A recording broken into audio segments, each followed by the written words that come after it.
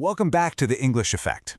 If you're a global professional looking to completely transform how you communicate in the executive workplace, well, you are in exactly the right place. Today, we are diving into a true masterclass on the art of giving feedback. So let's start with a high-stakes scenario we literally all face at some point. How do you deliver difficult news in a meeting without completely damaging your professional relationships? It's tough, right? Getting this wrong can seriously derail your career, but mastering it, that will establish you as a powerful, trusted leader. And navigating that successfully all begins with our first essential business English term for today: accountability. This is the obligation or the willingness to accept responsibility for your actions. In a real-world executive setting, you might use it in a phrase like, "As the project lead, I take full accountability for these outcomes." But holding your teams accountable isn't just about dropping a harsh truth in a single meeting or waiting for an annual review. It's a continuous process. It requires strategic planning, setting up regular checkpoints, and constantly monitoring performance alongside your team. Okay, let's dive into Section 1, the core values of feedback. Because to communicate effectively, we first really need to understand the foundations of modern workplace culture. Which brings us to our next absolutely crucial vocabulary word: integrity. Integrity means being honest and completely transparent, no matter how uncomfortable the situation might be. Delivering feedback with absolute integrity builds deep trust, and it really elevates your professional reputation with your peers. In fact, in top-tier global organizations, your professional expectations and overall reputation are usually defined by these 4 enterprise values. We have integrity and accountability, which we just discussed. Then there's excellence, which means collaboratively managing resources to achieve the absolute best results. And finally, equity, which ensures we are truly committed to an environment where everyone has access to opportunity. Master these 4 concepts, and your communication instantly carries more authority.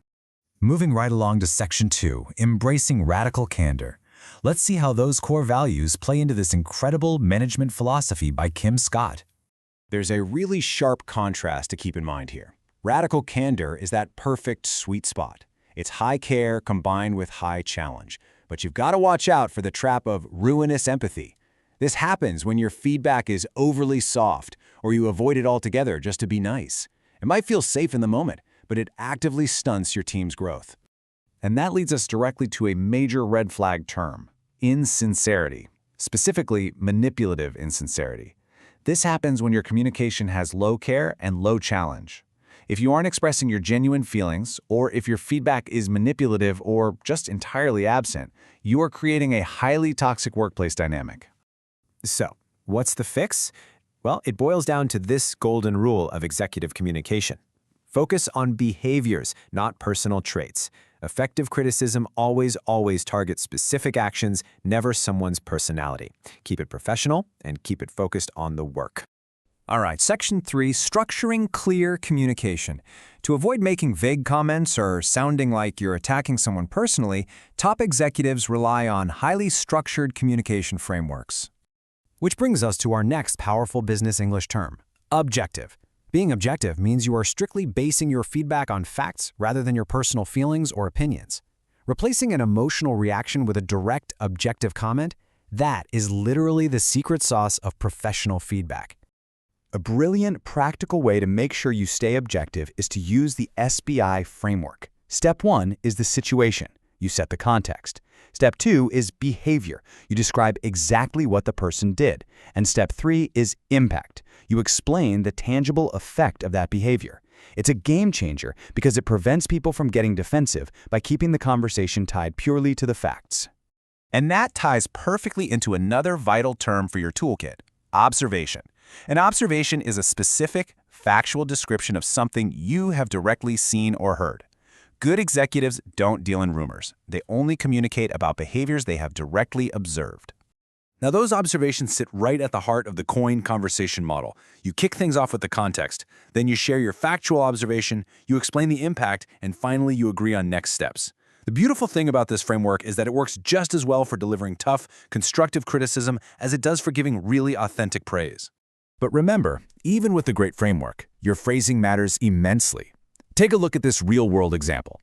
Instead of aggressively saying, "You've done this wrong," try shifting it to, "I don't understand what you've done here." Using an I statement lets you express the impact on you personally, while totally avoiding a SMAP, subjective judgment. Moving on to Section 4, navigating difficult conversations. Let's be real. Even with the best frameworks, high-stakes conversations can get incredibly tense. You need specific linguistic tools to manage the room. Which introduces a critical behavioral term, defensiveness. This is when someone behaves in a way that shows they feel criticized and just want to protect themselves. If you deliver feedback poorly, you will instantly trigger defensiveness, and that will derail even your very best intentions. So to lower that defensiveness while still being assertive, executives use the DESC script. You describe the objective situation, express your feelings using those I statements we just talked about, specify the exact outcome you want, and outline the consequences. Having this structured script in your back pocket ensures your needs are met respectfully and calmly. Finally, Section 5, coaching for future success. Because while feedback is absolutely essential for addressing the past, coaching is what unlocks the future potential of your team. And there's a really vital distinction here. Feedback is reactive. It looks backwards at past behavior, and the person giving it is in control. Coaching, on the other hand, is proactive. It looks forward to future behavior. It relies heavily on asking questions, and it's actually driven by the receiver. As a leader, you have to know exactly when to pull each of these levers. Which leads us to our final business English term of this session, milestones. These are significant events or stages in a project's development. So, if you step into a coaching role, you might say something like, "Going forward, let's set smaller milestones to ensure timely project completion." Before we wrap this up, I want to leave you with a quick dose of reality. Change cannot take place without emotion. When you start holding people accountable, things might occasionally get emotional. Accept that. It's totally normal. Your job as a leader is simply to set clear expectations, stay calm, and guide your team through that change. So, here is my final, provocative question for you to chew on. Which business English term from today's explainer are you going to use in your next difficult conversation? Jump into the comments below, share your workplace experiences, and practice your new vocabulary. Keep pushing those professional English skills to the next level, and if you found this valuable, be sure to like, share, and subscribe to The English Effect. I'll see you in the next masterclass.